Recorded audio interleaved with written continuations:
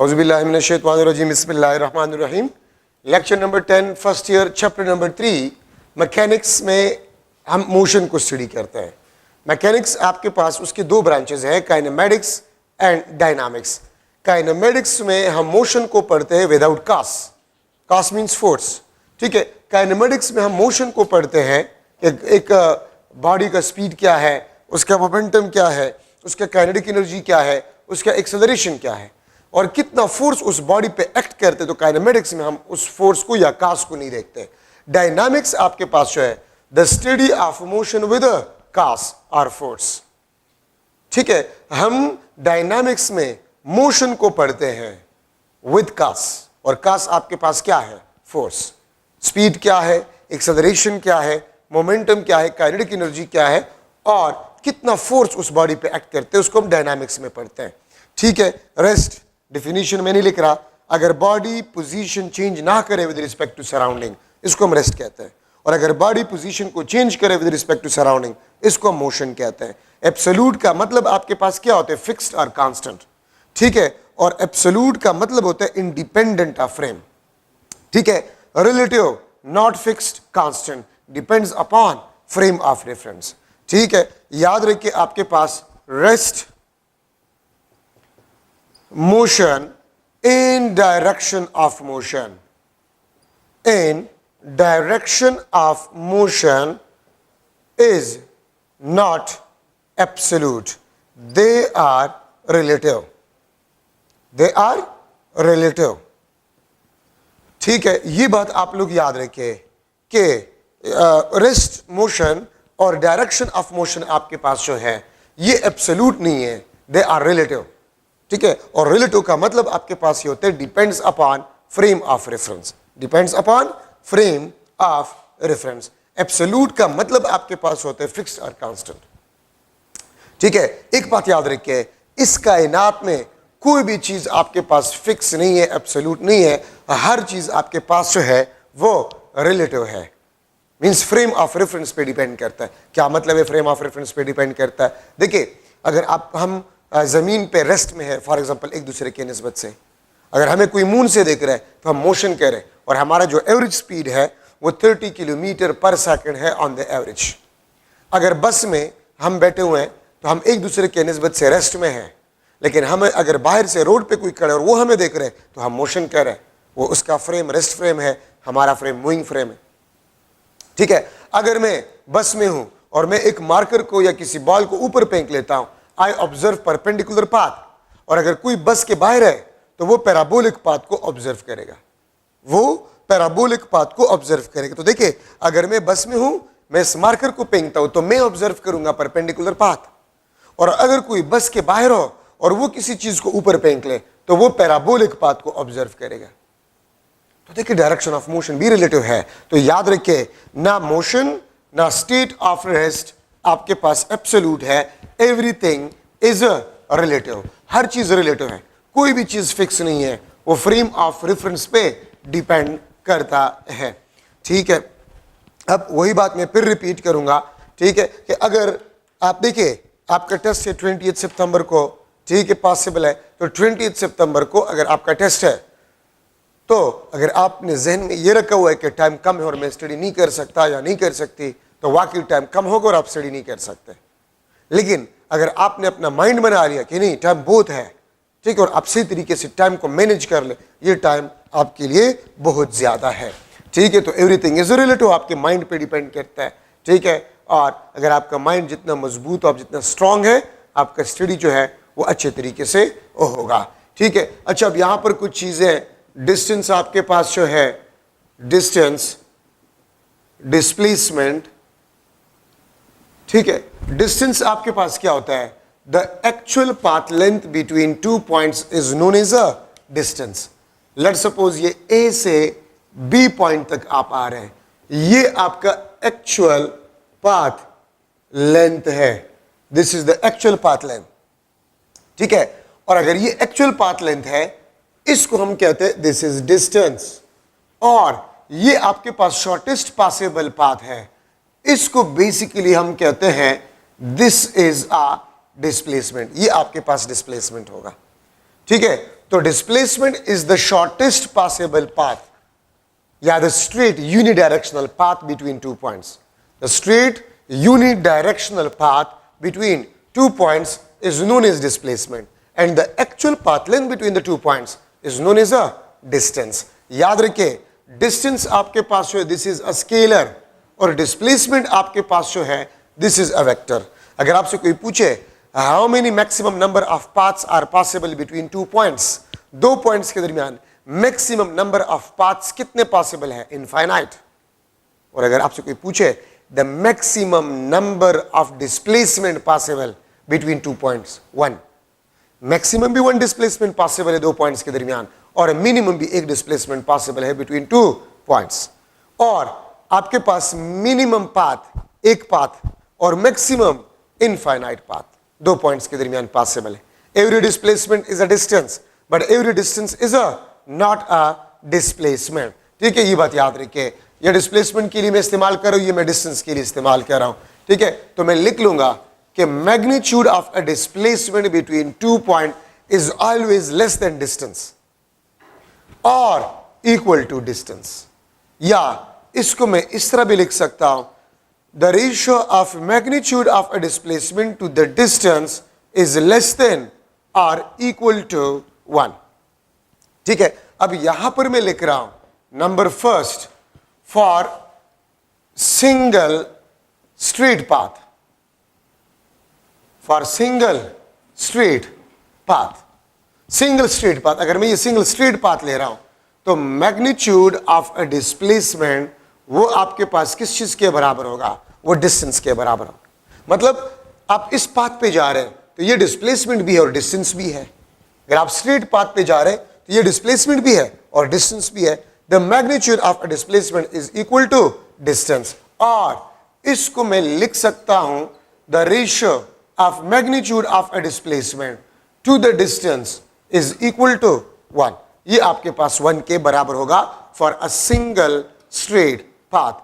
और magnitude of a displacement वो distance से कम होगा, या मैं इस तरह भी लिख सकता हूं magnitude of a displacement to the distance ratio is a less than 1. ठीक है, और याद रखिए ये आपके पास जो होता है these are for 2 different paths. अगर 2 डिफरेंट पाथ्स हो, लेट्स सपोज ये 2 डिफरेंट पाथ्स है तो ये डिस्टेंस है, डिस्प्लेसमेंट नहीं है, ये डिस्प्लेसमेंट है, तो डिस्टेंस डिस्प्लेसमेंट से ज्यादा होगा. ठीक है, या डिस्प्लेसमेंट डिस्टेंस से कम होगा. और अगर आप डिस्प्लेसमेंट के रेशो को डिस्प्लेसमेंट का रेशो डिस्टेंस के साथ लें तो 1 से आपके पास क्या होगा? लेस होगा. ठीक है, तो अगर आप इन दोनों को मिला ले तो फिर ये कंडीशन आपके पास बन जाता है. और देखिए अगर मैं इसको उल्टा करूं, the ratio of distance to the magnitude of a displacement this will be greater than और equal to 1. This will be greater than और इक्वल टू 1 अगर आप इस रेशो को उल्टा करें. ठीक है, तो आपके पास जो है ये 1 से ग्रेटर होगा. ठीक है, या ज्यादा से ज्यादा इक्वल टू 1 होगा, जो कंडीशन मैंने लिख लिया.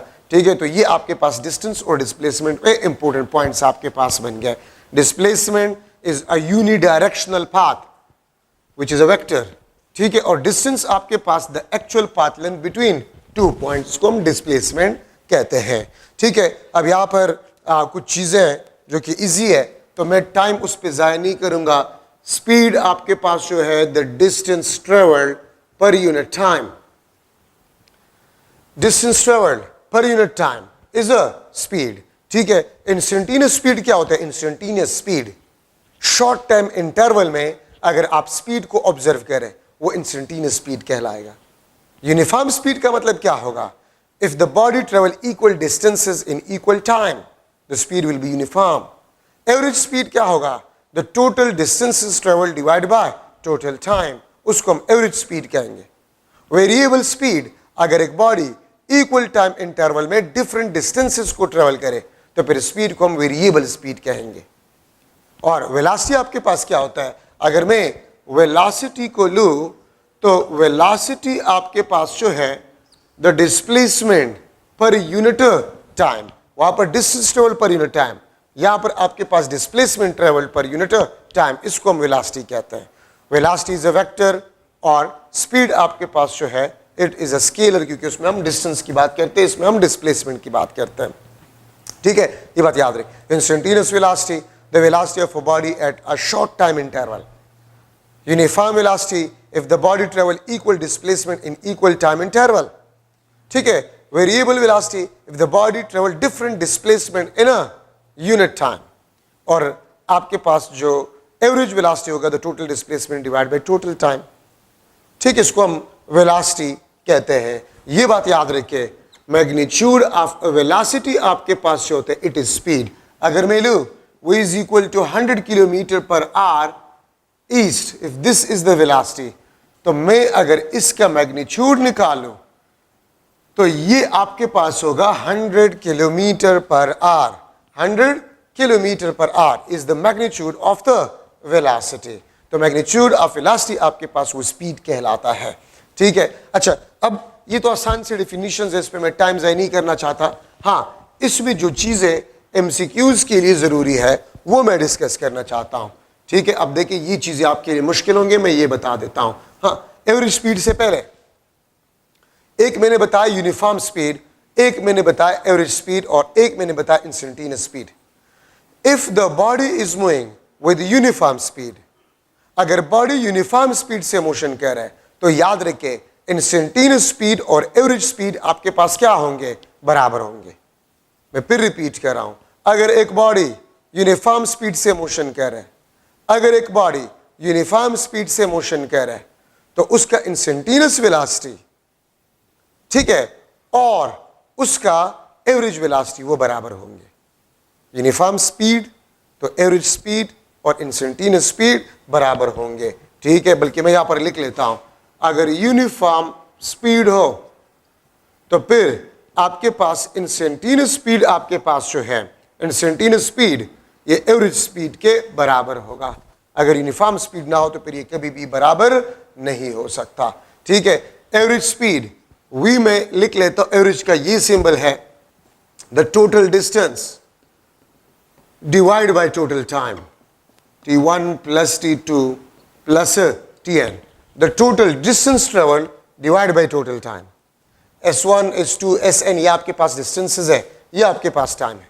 तो अगर आप टोटल डिस्टेंसेस को टोटल टाइम पे डिवाइड करें, ये आपको एवरेज स्पीड देगा। अगर मैं कह दूं ये फॉर्मूला आपने कब इस्तेमाल करना होगा, डिफरेंट डिस्टेंसेस डिफरेंट टाइम। ठीक है, क्या मतलब है, अगर मैं एक एग्जाम्पल लिख लो, s1 100 किलोमीटर, t1 पहले टाइम 30 मिनट्स में। ठीक है, फिर s2 120 किलोमीटर, t2 आपके पास जो है वो 40 मिनट्स। तो फिर आप ये बताएं what will be the average speed during this journey. तो s1 plus s2 divide by t1 plus t2। ठीक है, आपके पास एवरेज स्पीड आ जाएगा।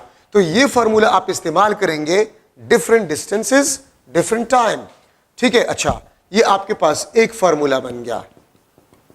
Second formula, average speed v1 t1 plus v2 t2 plus vn tn divide by t1 plus t2 plus tn। ये आपके पास एक और average speed का formula है। ये आपने कब इस्तेमाल करना होगा, different speeds different time.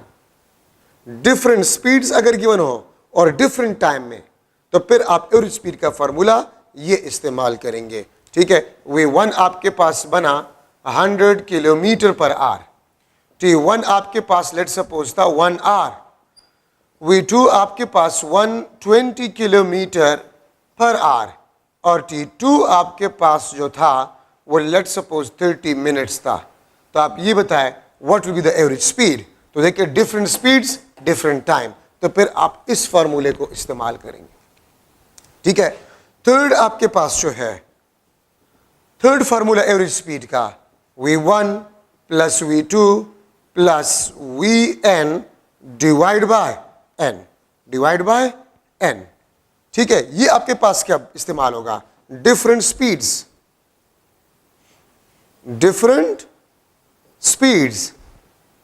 Same time, different speeds same time. एक कार था और उसका वेलोसिटी था 100 किलोमीटर पर आवर पहले 1 आवर में, फिर नेक्स्ट 1 आवर में उसका वेलोसिटी था 120 किलोमीटर पर आवर। तो फिर इस जर्नी के दौरान इस कार का एवरेज वेलोसिटी या एवरेज स्पीड क्या होगा? तो v1 plus v2 divide by 2। ये n नंबर ऑफ स्पीड्स को रिप्रेजेंट करता है। ठीक है, अगर दो स्पीड्स गिवन हो सेम टाइम में, मतलब पहले 1 घंटे में स्पीड v1 था, फिर नेक्स्ट 1 घंटे में स्पीड v2 था, तो v1 plus v2 divide by 2। ठीक है, अगर पहले 1 आवर में v1 स्पीड था, फिर नेक्स्ट 1 आवर में v2, फिर नेक्स्ट 1 आवर में v3, तो फिर v1 plus v2 plus v3 divide by 3, ये आपके पास एवरेज स्पीड आ जाएगा। ठीक है, तो एवरेज स्पीड का फार्मूला अगर डिफरेंट स्पीड्स हो और सेम टाइम हो, तो फिर आप इस फार्मूले से एवरेज स्पीड को मालूम करेंगे। ठीक है, अच्छा, अब एक और स्पेशल फार्मूला है, स्पेशल फार्मूला 4th नंबर आपके पास जो है, if S1 is equal to S2 is equal to S, S1 is equal to S2 is equal to S, तो एवरेज स्पीड आपके पास जो होगा 2v1 v2 divide by v1 plus v2। ठीक है, सेम डिस्टेंस डिफरेंट वेलोसिटी। आप let suppose घर से कॉलेज जा रहे थे और कॉलेज से फिर वापस घर जा रहे थे, कॉलेज घर से कॉलेज, कॉलेज से फिर घर, तो ये आपको मैसेज दे रहा है सेम डिस्टेंस का, ये आपको सेम डिस्टेंस का मैसेज दे रहा है। आप घर से कॉलेज आपका वेलोसिटी v1 था, कॉलेज से वापस घर आपका वेलोसिटी v2 था, तो इस जर्नी के दौरान आपका एवरेज वेलोसिटी क्या था? तो 2v1 v2 divide by v1 plus v2। Main formula ये है, ये और ये तीनों फार्मूले इसी से डिराइव्ड है। ठीक है, इसी से हमने निकाला हुआ है। आप घर से बाजार जा रहे थे, आपका वेलोसिटी v1 था, बाजार से फिर वापस घर आ रहे थे, आपका वेलोसिटी क्या था? v2 था। तो इस जर्नी के दौरान एवरेज वेलोसिटी आपके पास क्या होगा? तो वो आप इस फार्मूले से मालूम कर सकते हैं। ठीक है, तो ये आपके पास जो है इंपॉर्टेंट डिस्कशन है। ठीक है, एवरेज वेलोसिटी में, एवरेज स्पीड में। एक्सेलरेशन आपके पास क्या है? Acceleration delta v divide by delta t। ठीक है, acceleration is equal to delta v divide by delta t। The time rate of change of linear velocity is equal to linear acceleration. The time rate of change of linear velocity is equal to linear acceleration. अगर velocity में change आएगा, ख्वाह magnitude of velocity में change आ जाए या direction में change आ जाए या दोनों में चेंज आ जाए, तो एक्सेलरेशन वो उसका फार्मूला आपके पास है, is equal to delta v divide by delta t। अगर मैं लिख लूं इन काइनेमेटिक्स, काइनेमेटिक्स में एक्सेलरेशन का जो कास आपके पास होगा वो डेल्टा v होगा। ठीक है, और डायनामिक्स में अगर आपसे कोई पूछे इन डायनामिक्स, एक्सेलरेशन का जो कास होगा वो आपके पास फोर्स होगा। काइनेमेटिक्स में एक्सेलरेशन का cause delta v, change in magnitude of velocity और change in direction of velocity और both change in magnitude and direction of velocity. ठीक है, और डायनामिक्स में एक्सेलरेशन का जो कास आपके पास होता है वो फोर्स होता है। ठीक है, तो पहली बात तो आप लोग ये याद रखिए। ठीक है, अच्छा, अगर मैं लिख लो if delta v is equal to positive, it means velocity is increasing, acceleration आपके पास पॉजिटिव होगा। ठीक है, if delta v is equal to negative, velocity is decreasing और एक्सेलरेशन आपके पास नेगेटिव होगा। याद रखिए, when the acceleration is positive, the direction of acceleration will be along the direction of motion. When acceleration is negative, the direction of acceleration will be opposite to the direction of motion. ठीक है, तो ये बात आप लोग याद रखिए। Negative acceleration को हम रिटार्डेशन या डिसेलरेशन भी कहते हैं। डिसेलरेशन का मतलब क्या होता है? Uniform decrease in velocity. Retardation का मतलब क्या होता है? A sudden large decrease in velocity, उसको हम रिटार्डेशन कहेंगे।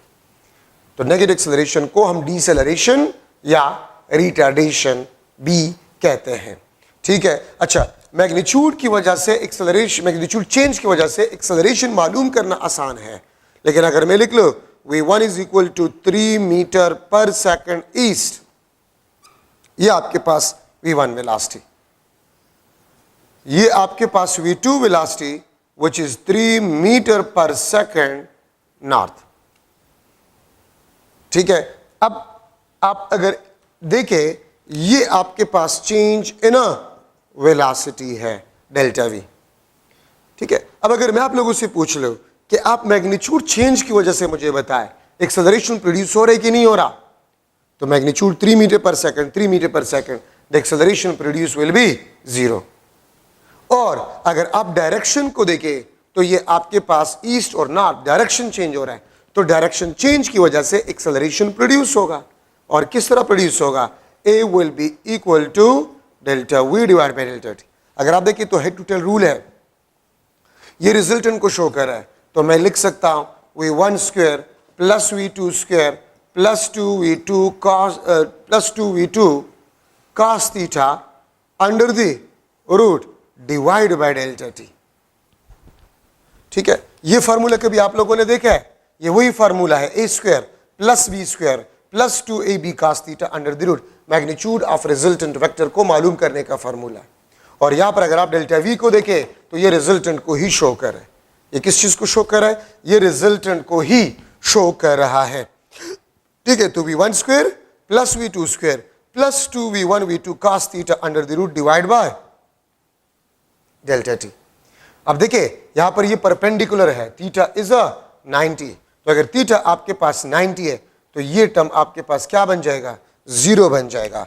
तो मैं लिख लूंगा A is equal to V1 square plus V2 square divide by delta T. तो 3 स्क्वायर, यहां पर अगर मैं आपको टाइम लिख लूं कि ये 1 सेकंड में ये चेंज आया है, 1 सेकंड में ये चेंज आया, तो 3 स्क्वायर V1 स्क्वायर ये आपके पास 9, 3 स्क्वायर 9, 9 प्लस 9 18, तो आपके पास acceleration under the root of 18 metre per second square आपके पास बने। या अंडर रूट 18 को मैं इस तरह भी लिख सकता हूं कि this is equal to 2 under the root of 3 under the root of 2 metre per second square. ये आपके पास एक्सेलरेशन आ गया, क्योंकि अंडर रूट 18 को मैं लिख सकता हूं 9 मल्टीप्लाई बाई 2, 2 9 18 और 9 का under root 3 under root 2 metre per second square. ये आपके पास एक्सेलरेशन आया under the root of 18 metre per second square. तो ये एक्सेलरेशन डायरेक्शन चेंज की वजह से आ गया, लेकिन मैग्नीट्यूड चेंज की वजह से एक्सेलरेशन वो 0 प्रोड्यूस होगा। If the velocity is constant, acceleration will be 0. If the velocity is not constant, means the velocity is changing, acceleration will be not equal to 0. अच्छा, ये तो आपके पास instantaneous acceleration, the acceleration at any instant of time, uniform acceleration, if change in velocity in equal time interval is same, तो फिर acceleration आपके पास uniform acceleration होगा। ठीक है, और अगर चेंज इन वेलोसिटी पर यूनिट टाइम वो आपके पास सेम ना हो तो फिर एक्सेलरेशन आपके पास वेरिएबल एक्सेलरेशन होगा। ठीक है, अच्छा अब यहां पर मैं लिख रहा हूं, अक्सर डेटा में आप देखिए, डेटा में आपने देखना होगा कि टाइम आपको क्या दिया गया और डेटा क्या दिया गया। अगर मैं कह दूं कि कार है और वो मोशन कर रहा है और उसका वेलोसिटी चेंज हो रहा है, ठीक है, 5 किलोमीटर 0 से 5 किलोमीटर पर आवर 1 सेकंड में, फिर 5 से 10 किलोमीटर पर आवर 1 सेकंड में, फिर 10 किलोमीटर पर आवर से 15 kilometre per our next 1 second में, तो फिर आप ये बताएं एक्सेलरेशन क्या होगा। तो अगर आप वेलोसिटी चेंज देखें तो वो 5 किलोमीटर पर आवर है और टाइम इंटरवल जो आपको दिया गया वो 1 सेकंड है। टाइम इंटरवल जो आपको दिया गया है वो 1 सेकंड है। ठीक है, तो delta V divide by delta T, तो 5 किलोमीटर पर आवर पर सेकंड आपके पास एक्सेलरेशन होगा। अब यहां पर मैं ले रहा हूं सम इंपॉर्टेंट ग्राफ्स, ठीक है, लेकिन जनरली ग्राफ को मैं पहले इस तरह डिस्कस कर रहा हूं, ये एक्स एक्सिस, ये आपके पास वाई एक्सिस, ये एक्स एक्सिस, ये आपके पास क्या है, वाई एक्सिस है। ठीक है, तो अगर ये एक्स एक्सिस है, ये आपके पास वाई एक्सिस है, तो फर्स्ट ऑफ ऑल तो slope which is equal to tangent theta and tangent theta is equal to y divided by x. ये आपके पास slope y along y axis जो पैरामीटर है उसको आप x पैरामीटर पे डिवाइड करें, ये आपको स्लोप ऑफ अ ग्राफ देगा। ठीक है, और एरिया इनक्लोज्ड आपके पास जो है this is equal to y multiply by x। ये y मल्टीप्लाई बाय x के बराबर होगा। अब ये देखिए आप लोग, this is t, this is s, ये आपके पास st ग्राफ है, distance versus time graph, distance versus time graph. तो देखिए along y एक्सिस s है, along x एक्सिस t है। तो आपके पास स्लोप जो है which is equal to tangent theta s divided by t, और याद रखें s divided by t वो स्पीड को रिप्रेजेंट करता है, s divided by t वो स्पीड को रिप्रेजेंट करता है। तो स्लोप ऑफ st ग्राफ वो स्पीड को रिप्रेजेंट करते हैं which is equal to tangent theta and this is equal to s divided by t which is equal to v। अगर आपके पास ये स्ट्रेट हो तो इसका मतलब है कि s is directly proportional to time, और स्लोप आप देखिए कांस्टेंट है, slope which is tangent theta s divided by t is equal to v is equal to constant। तो इसका मतलब ये है ये यूनिफॉर्म स्पीड को रिप्रेजेंट करेगा, और यूनिफॉर्म स्पीड को रिप्रेजेंट करने का मतलब यह है कि ये जीरो एक्सेलरेशन को रिप्रेजेंट करेगा। ठीक है, और इसका मतलब आपके पास ये बनता है डायनामिक ट्रांसलेटरी इक्विलिब्रियम, ये डायनामिक ट्रांसलेटरी इक्विलिब्रियम को रिप्रेजेंट करेगा। ठीक है, ये आपके पास टाइम, ये आपके पास s। ठीक है, अगर मैं इस तरह लिख लूं कि इसका स्लोप आपके पास जो है, slope which is equal to tangent theta, this is equal to s divided by t, this is equal to v is equal to 0, slope 0 है। तो इसका मतलब यह है कि आपके पास s कांस्टेंट है, स्पीड इज 0, ये आपके पास स्टैटिक ट्रांसलेटरी इक्विलिब्रियम को रिप्रेजेंट करता है, ये स्टैटिक ट्रांसलेटरी इक्विलिब्रियम को रिप्रेजेंट करता है। ठीक है, ये बात याद रखिए। तो if st graph is parallel to the time axis, if st graph is parallel to the time axis, ठीक है, then the acceleration will B 0, v आपके पास होगा it will be equal to 0। लेकिन अगर स्लोप आपके पास कांस्टेंट ना हो, t दिस इज s, ये अगर आपके पास कांस्टेंट ना हो लाइक दिस, तो फिर इसको हम कहते हैं this is a variable speed, ये आपके पास वेरिएबल स्पीड होगा। ठीक है, तो ये आपके पास st ग्राफ में इंपॉर्टेंट पॉइंट्स आपके पास बन गए। अब अगर मैं लूं vt graph, velocity versus time graph, this is time, this is velocity, तो आप देखिए अगर मैं इसमें लिखूं slope which is equal to tangent theta v divided by t, this is equal to acceleration। देखिए ना, v divided by t, along y axis v है और along x axis आपके पास टाइम है। ठीक है, तो ये vt ग्राफ का जो स्लोप है वो एक्सेलरेशन को रिप्रेजेंट करता है। ठीक है, अगर इसका स्लोप आपके पास कांस्टेंट हो तो v is directly proportional to t, v is directly proportional to t। तो अगर v t के डायरेक्टली प्रोपोर्शनल है, स्लोप आपके पास क्या है, कांस्टेंट है, slope is equal to constant. तो अगर स्लोप कांस्टेंट है, v बाई t का रेशो कांस्टेंट है, टेंजेंट थीटा कांस्टेंट है, एक्सेलरेशन आपके पास क्या होगा, कांस्टेंट होगा, और स्लोप पॉजिटिव भी है तो एक्सेलरेशन भी आपके पास पॉजिटिव होगा। If the slope is positive, आप देखिए स्लोप पॉजिटिव है। ठीक है, अगर मैं यहां पर एक ग्राफ ड्रा करूं, this is time, this is v, अगर आप इसके स्लोप को देखें तो स्लोप इसका नेगेटिव है, एक्सेलरेशन आपके पास नेगेटिव है, एक्सेलरेशन आपके पास क्या है, नेगेटिव होगा। ठीक है, और अगर ग्राफ में इस तरह ड्रा करो, this is t, this is v, if vt graph is parallel to the time axis, आपके पास स्लोप जो है tangent theta v divide by t a is equal to 0। ठीक है, तो v आपके पास यहां पर क्या है, कांस्टेंट है, एक्सेलरेशन 0 है। ठीक है, तो ये आपके पास डायनामिक ट्रांसलेटरी इक्विलिब्रियम। याद रखिए ये st ग्राफ, ये st ग्राफ जो मैंने पहले बनाया था, ये st ग्राफ, ये भी 0 एक्सेलरेशन, बट वेलोसिटी आपके पास क्या है, कांस्टेंट। तो ये भी यूनिफॉर्म वेलोसिटी, ये भी यूनिफॉर्म वेलोसिटी का ग्राफ है। ठीक है, तो ये डायनामिक ट्रांसलेटरी इक्विलिब्रियम ये भी डायनामिक ट्रांसलेटरी इक्विलिब्रियम का ग्राफ है, तो एमसीक्यू में आ सकता है, ठीक है, कि if for dynamic translatory equilibrium this is VT graph, then what will be its ST graph, ये इसका एसटी ग्राफ है। डायनामिक ट्रांसलेटरी इक्विलिब्रियम का अगर ये एसटी ग्राफ है तो इसका वीटी ग्राफ क्या होगा, तो इसका वीटी ग्राफ आपके पास है वो ये होगा, ठीक है। अच्छा, अब यहां पर अगर मैं लिख लो the area enclosed by VT graph, area enclosed by VT graph, VT graph का जो एरिया इनक्लोज्ड आपके पास होता है ये किस चीज को रिप्रेजेंट करेगा, ये डिस्टेंस ट्रेवल्ड को रिप्रेजेंट करेगा। ये किस चीज को रिप्रेजेंट करेगा, ये डिस्टेंस ट्रेवल्ड को रिप्रेजेंट करेगा, ठीक है। आप देखिए ना, अगर मैं एरिया इनक्लोज्ड की बात करूं तो यहां पर वी है आपके पास, यहां पर टी है, तो एरिया वीटी और वीटी आपके पास होते हैं, ये आपको डिस्टेंस के बारे में बताता है।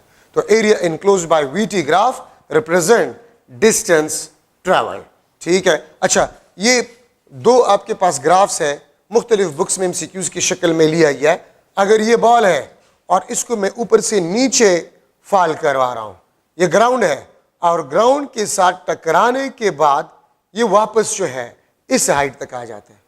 बॉल है, हमने इसको फेंक लिया, ठीक है, जमीन की तरफ जा रहे हैं, जमीन के साथ टकराने के बाद ये बाउंस बैक हो जाता है, तो इसका वीटी ग्राफ आपके पास क्या होगा, ठीक है, इसका वीटी ग्राफ आपके पास क्या होगा। तो देखिए, अगर मैं किसी चीज को रेस्ट से गिरा रहा हूं तो यहां पर वेलोसिटी क्या है, जीरो। जब ये गिरेगा और नीचे जाएगा, velocity will be increase and just before hitting the ground the velocity will be maximum. तो देखिए, जीरो से शुरू हो रहा है, यहां पर वेलोसिटी आपके पास जीरो और just before hitting the ground velocity is maximum, velocity is a maximum. तो देखिए, जीरो से शुरू हो रहा है, जीरो से शुरू हो रहा है मैक्सिमम, और फिर मैक्सिमम से वापस यहां पर आ रहा है, ये आपके पास जीरो, ये आपके पास जीरो, ये आपके पास zero, just before hitting the ground the velocity is maximum.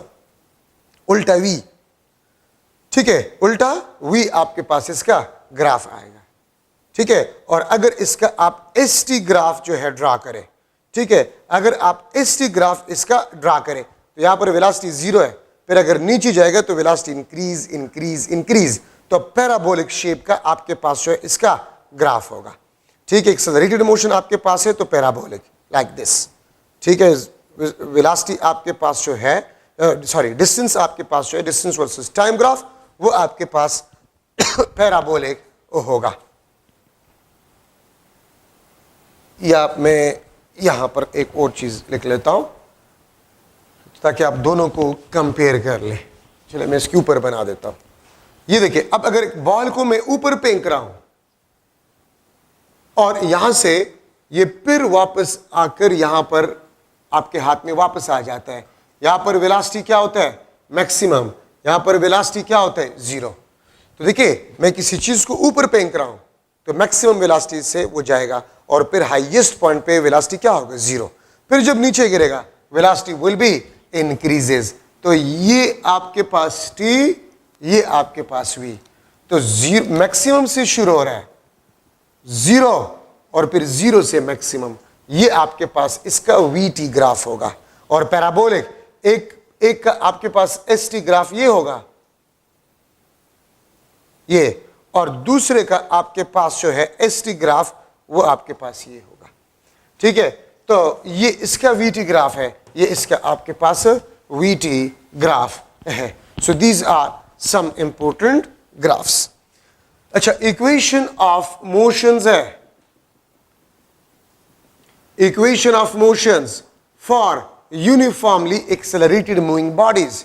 अगर ए आपके पास यूनिफॉर्म हो, अगर ए आपके पास यूनिफॉर्म हो तो फिर आपके पास इक्वेशंस आते हैं, V F is equal to V I plus A T.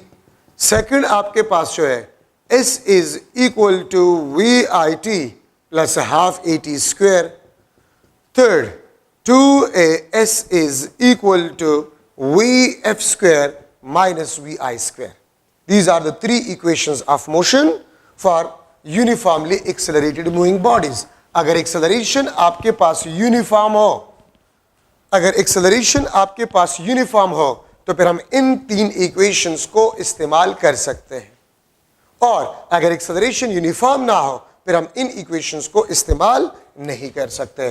देखिए, अगर मैं एक एमसीक्यू बना लूं, द डिस्टेंस ट्रेवल्ड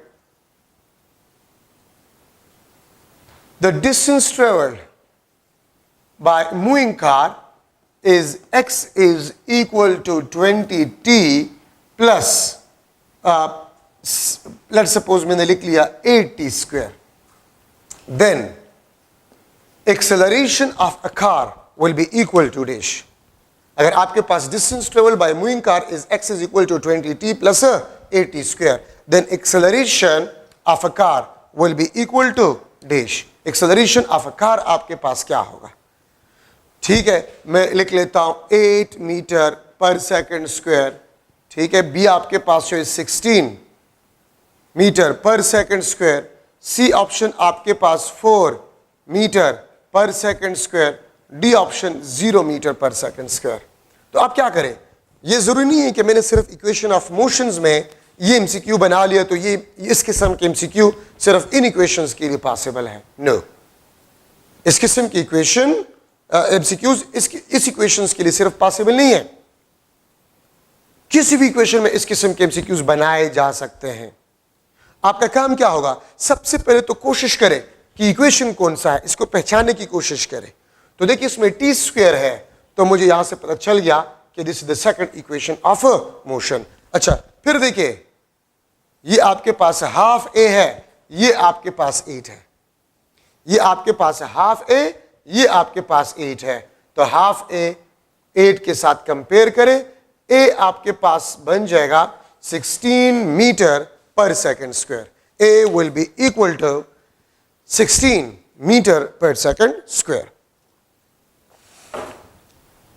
ठीक है, तो ये आपके पास एक्सेलरेशन होगा, तो ऑप्शन आपके पास ये है।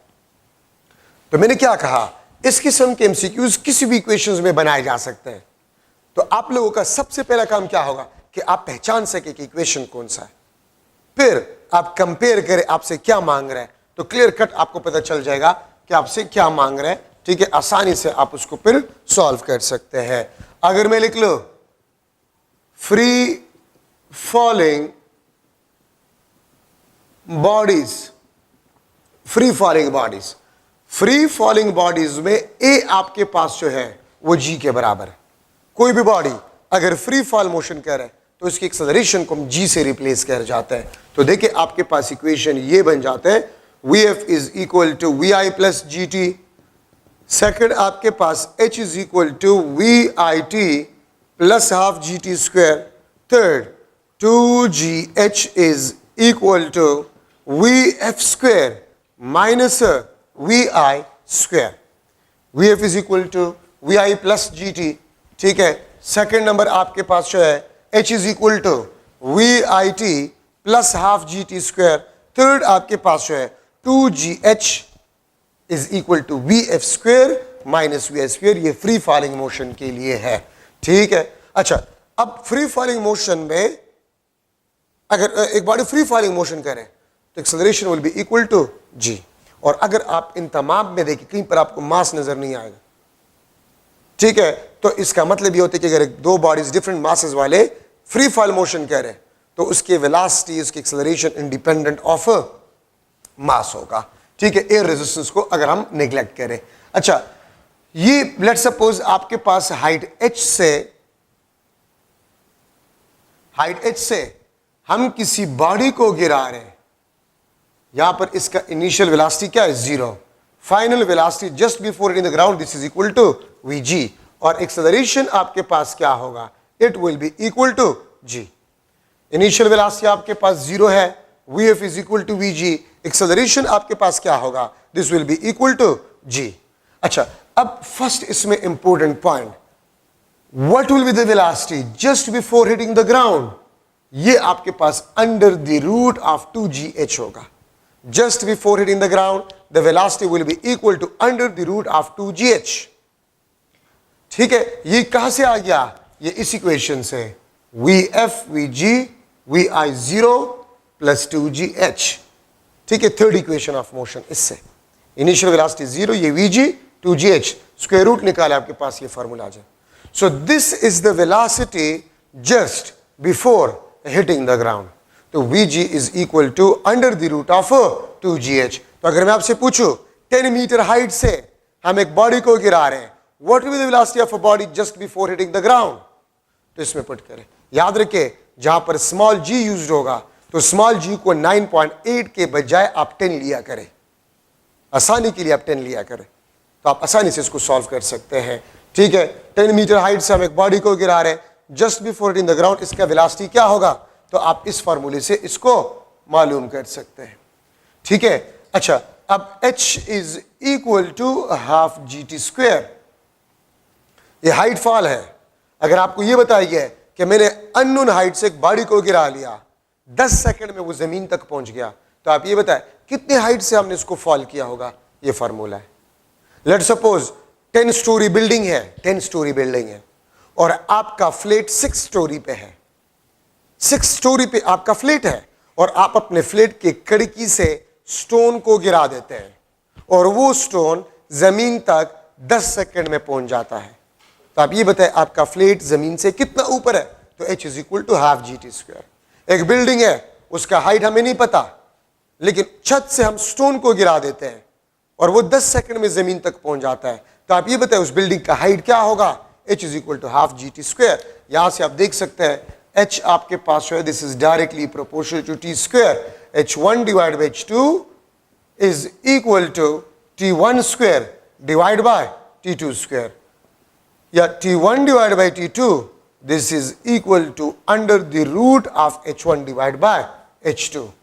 ठीक है, थर्ड आपके पास जो है थर्ड फार्मूला, अगर मैं इस टाइम को निकालना चाहूं 2h divide by g under the root, इसको हम कहते हैं this is the time of fall if the height is given.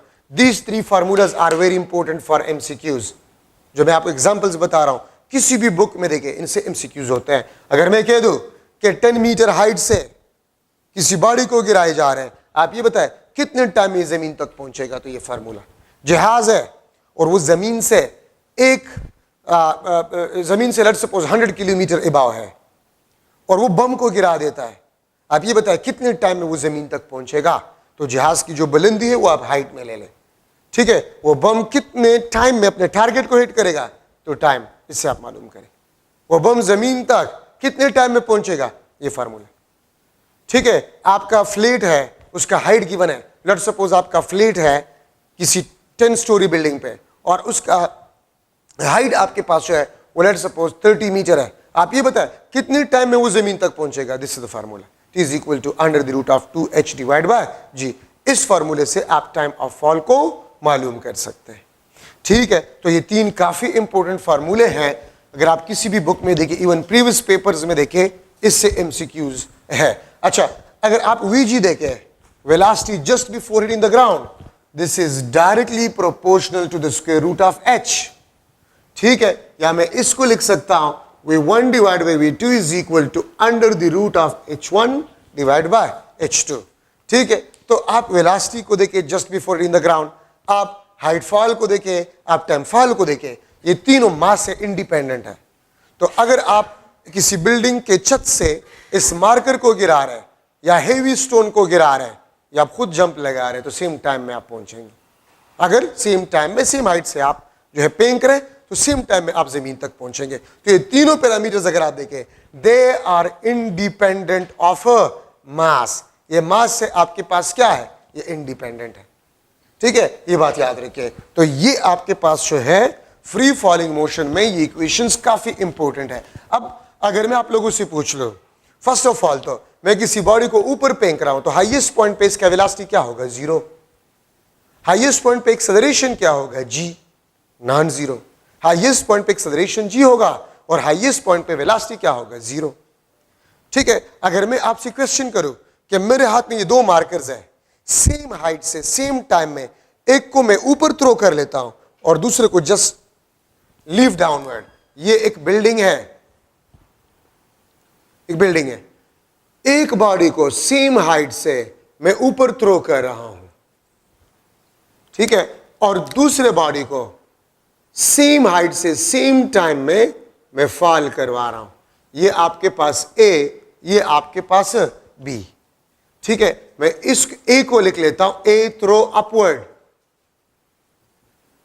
Upward, ठीक है, and B leave downward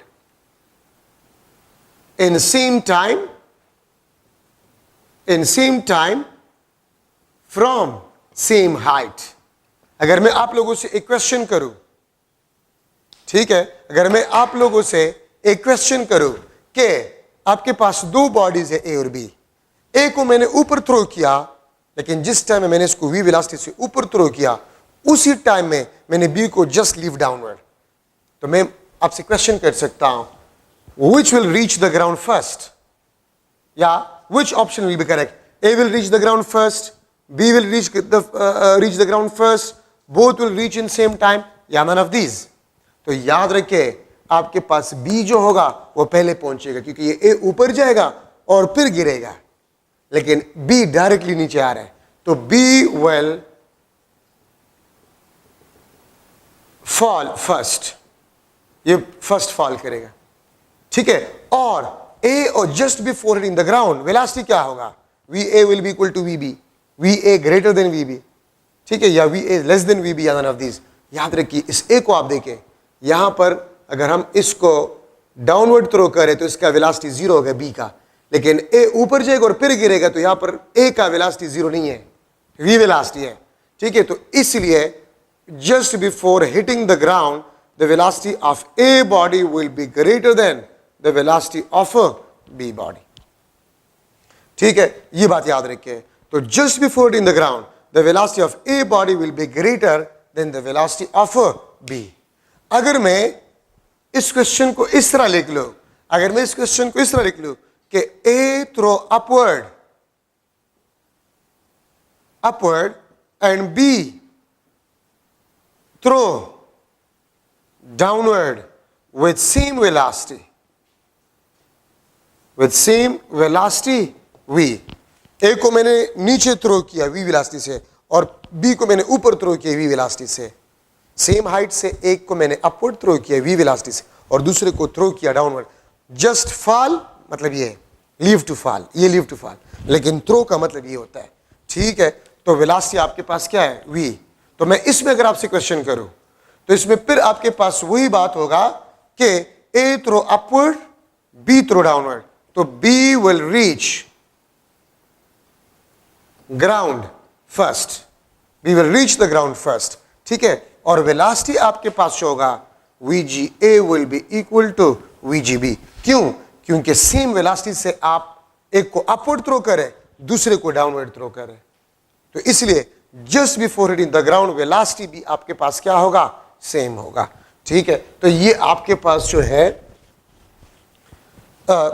important जो दो कंसेप्ट थे वो मैंने आपको बता दिए। ठीक है, अगर मैं लिख लूं if body start motion from rest, if body start motion from rest means vi is equal to 0 meter per second with uniform acceleration,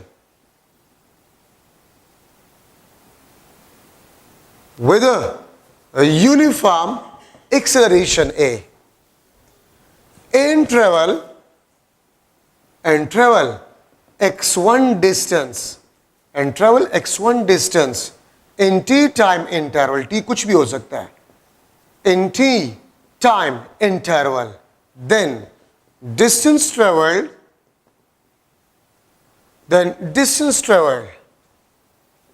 by body in any time interval, and any time interval will be xn is equal to 2n minus 1 into x1। ये 2n minus 1 किस चीज को represent करता है? ये odd number को represent करता है। अगर मैं लिख लो इन सेकंड इंटरवल तो n क्या होगा? 2, तो 2 2 4 minus 1, ये 3 आ जाएगा। ठीक है, अगर मैं लिख लो इन थर्ड टाइम इंटरवल तो n आपके पास क्या होगा? 3 होगा। अगर मैं लिख लो इन सेकेंड टाइम इंटरवल, अगर मैं लिख लूं इन सेकेंड टाइम इंटरवल तो x2 आपके पास 3 टाइम्स ऑफ x1 होगा। अगर मैं लिख लूं इन थर्ड टाइम इंटरवल, ये फ्री फॉल मोशन के लिए हो या लीनियर मोशन के लिए, तो x आपके पास 3 होगा 5x1। अगर मैं लिख लूं in fourth time interval, in fourth time interval तो आपके पास x4 7x1।